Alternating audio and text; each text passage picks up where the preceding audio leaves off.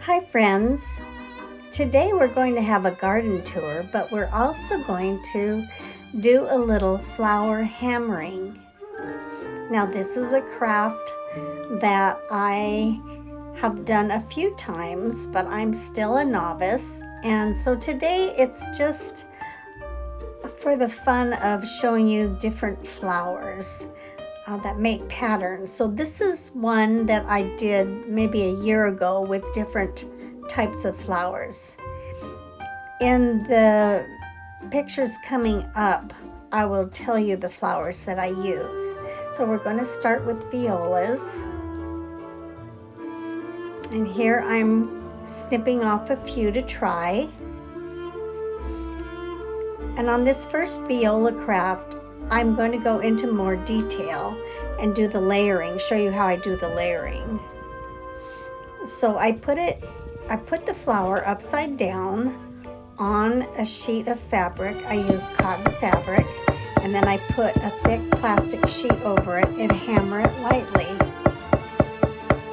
as I'm doing here.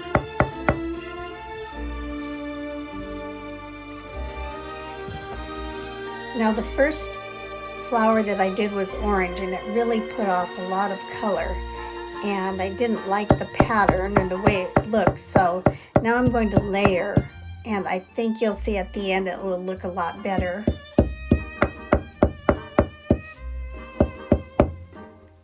The colors that I found that work best are yellows and greens. Many of the purples and pinks and reds turn out very dark, as you can see here.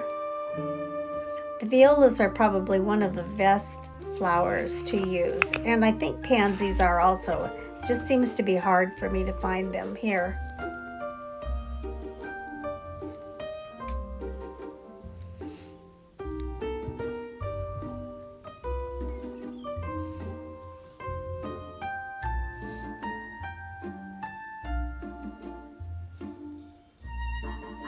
So I added some viola leaves, which added to the interest of the, I guess, flower painting.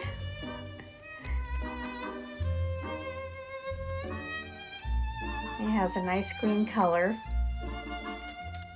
And notice the detail on the yellow violas. The little faces actually show up. I think they're my favorite to do. Next, we're going to work on geranium petals.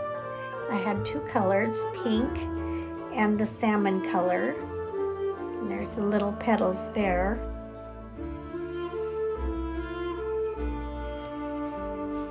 You see the lighter pink doesn't have very much color,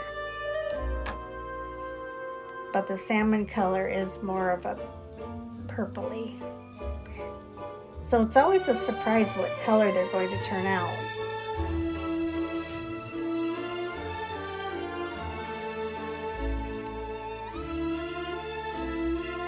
You just lift them up.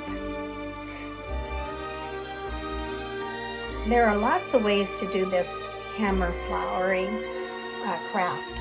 There's many tutorials on YouTube and probably Instagram that you can get more information from.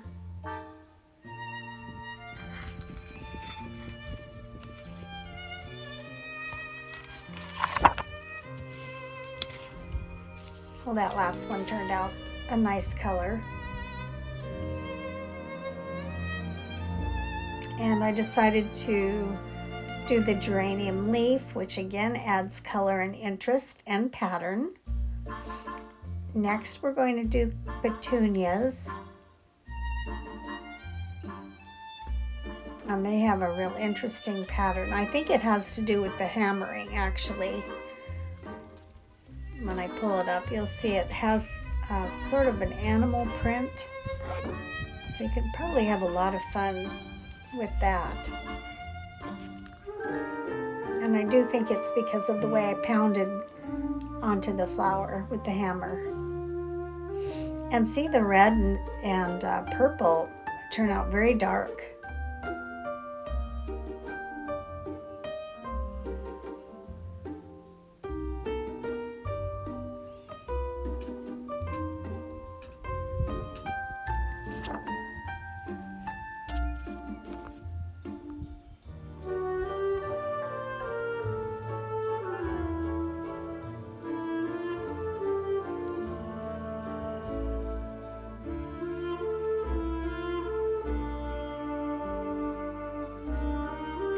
And this is the cloth that I did it on. I just did some corners. It was for fun, but I think I want to try a larger section with the violas. And you can do lots of fun things with these. You could sew, you could do some embroidery. Well, this is a lily that I found on our property last year. And I hammered it on a cloth, and then I glued the cloth to cardboard. And it's actually a cover of a little book, like a little journal book.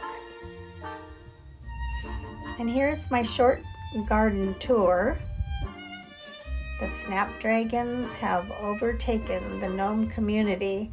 I'm trying to decide if I should try to transplant some of them, maybe into the fire pit, the little flower bed I made on my last garden tour. What do you think?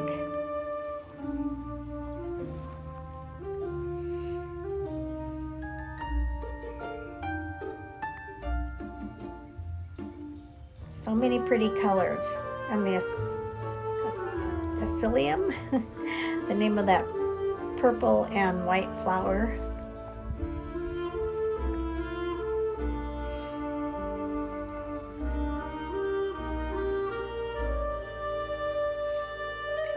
So we decided to plant the two.